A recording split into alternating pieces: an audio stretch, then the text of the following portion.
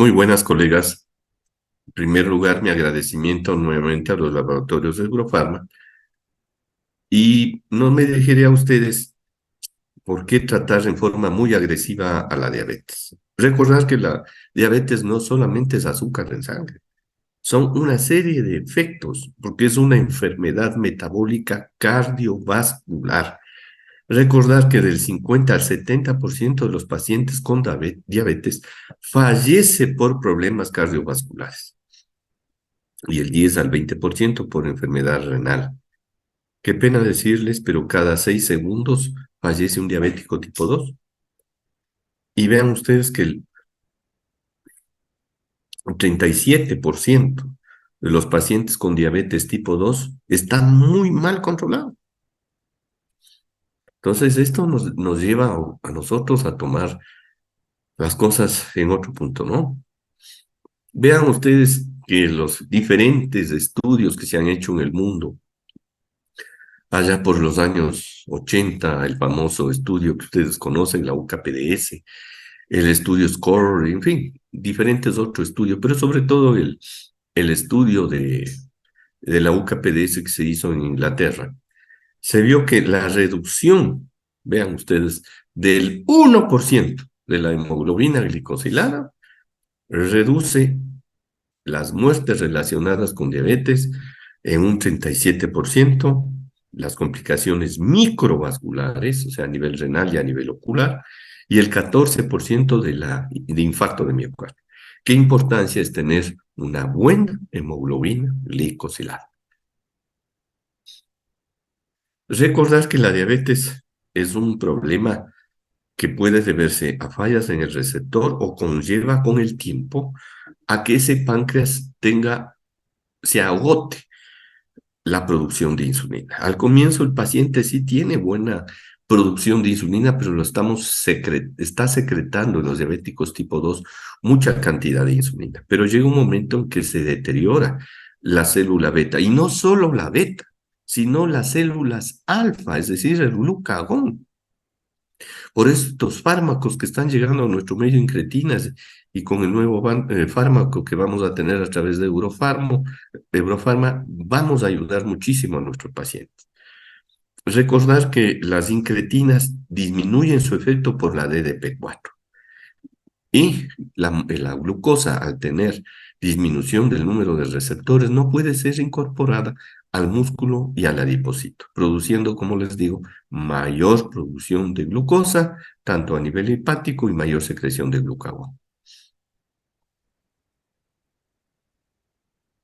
Entonces vean ustedes que en la célula beta, si haríamos un análisis profundo, tendríamos una disfunción. Recordad que hay la apoptosis, disminuye no solo las células, sino la masa, digamos así, de las células productoras de insulina y de las células alfa, obviamente. El glucagón en exceso, pues obviamente es hiperglicemiante, conllevando a tener una serie de efectos en nuestro paciente.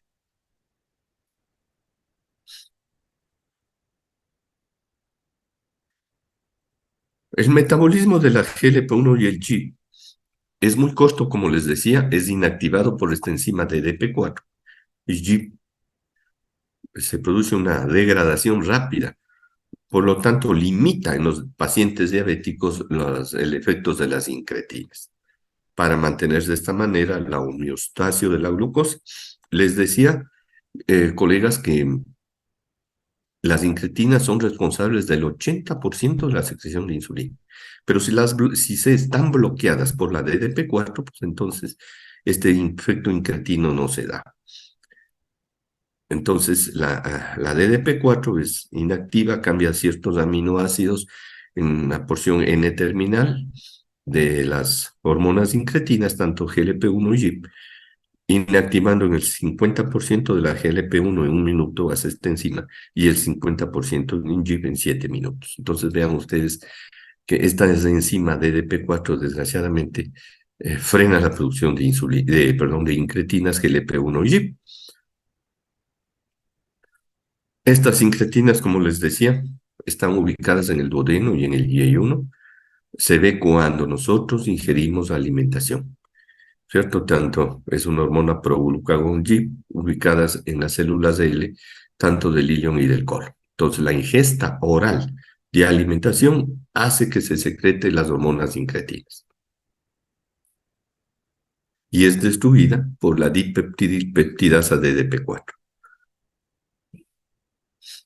Vean ustedes la selectividad, ¿no?, de los diferentes incretinas que tenemos en nuestro medio, y vean ustedes cómo tanto los fármacos que estamos teniendo en el actual momento, sitagliptina, vildagliptina, saxagliptina, alogliptina y linagliptina, y posteriormente vamos a tener esta evocliptina, cómo se está actuando tanto la inhibición de los DDP4, ¿no?,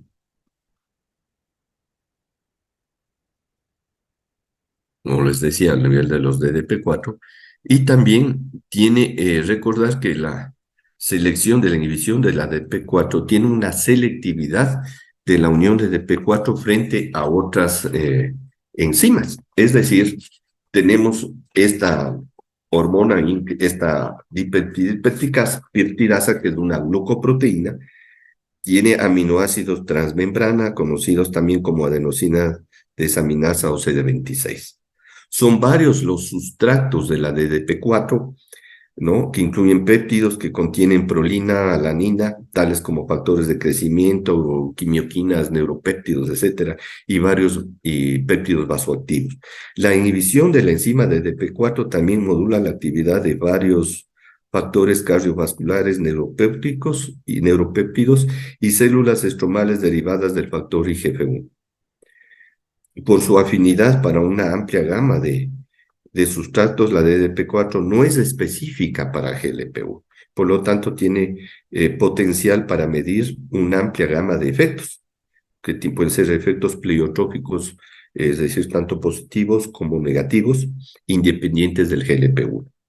Hay otros ejemplos de enzimas con actividad similar a la DDP4. Incluyen la proteína de activación de los fibroblastos, la DDP2 y la DDP8 que ustedes están viendo ahí, y DDP9, que por lo tanto se cree que los inhibidores de la DDP4 son más selectivos para esta, ¿no? Pero que además podrían ser inhibidores de otras enzimas que pueden ser similares a la DDP4. Entonces, vean ustedes la bondad que podremos tener con la evocliptina, que se resalta, es la nueva molécula que posteriormente eh, los colegas hablarán con mayor profundidad y explicación del caso. Entonces, debemos entender que la diabetes, repito, tenemos que cambiar el chip, es decir, cambiar el estilo de vida de nuestros pacientes, educarle al paciente. Implica adherencia, dieta y ejercicio físico. Si no hacemos ejercicio físico es perder el tiempo. Tenemos una gran cantidad de medicamentos, todos nos van a ayudar al paciente, pero para tener una adherencia necesitamos que este paciente tenga una mayor confianza con el médico, tener también acceso del paciente a los módulos de tratamientos, tanto de fármacos o insulina, si fuese el caso. Cuando más deficiente es el control de la glucosa en los primeros años tras el diagnóstico, tenemos mayor riesgo a los 10 años en este paciente de tener complicaciones microvasculares y macrovasculares. Por eso, desde el inicio, debemos tener que nuestro paciente tenga buen control. Recordar que a veces los pacientes dicen, yo no tengo ningún síntoma, pero tienen glicemias elevadísimas. O a veces los pacientes minimizan ello, o aparecen otras complicaciones. Me decía un profesor antiguo a mí que al diabético que le conozca por primera vez no le dé la mano, sino enséñeme el pie. Y el estudio del pie, es decir, cómo se encuentran estos pies o pie, me indica el buen control del paciente diabético. Y es así.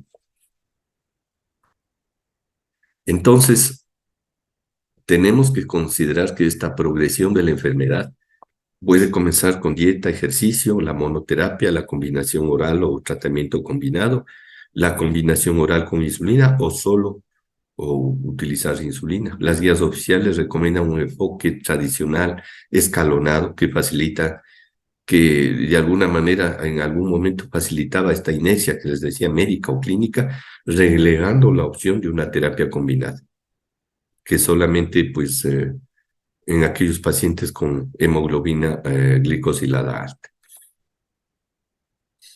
La diabetes, recordar que es una enfermedad crónica, compleja, que requiere una interacción del médico con la familia y también es importante el acceso al control glicémico con hemoglobina, vean ustedes, menor de 7.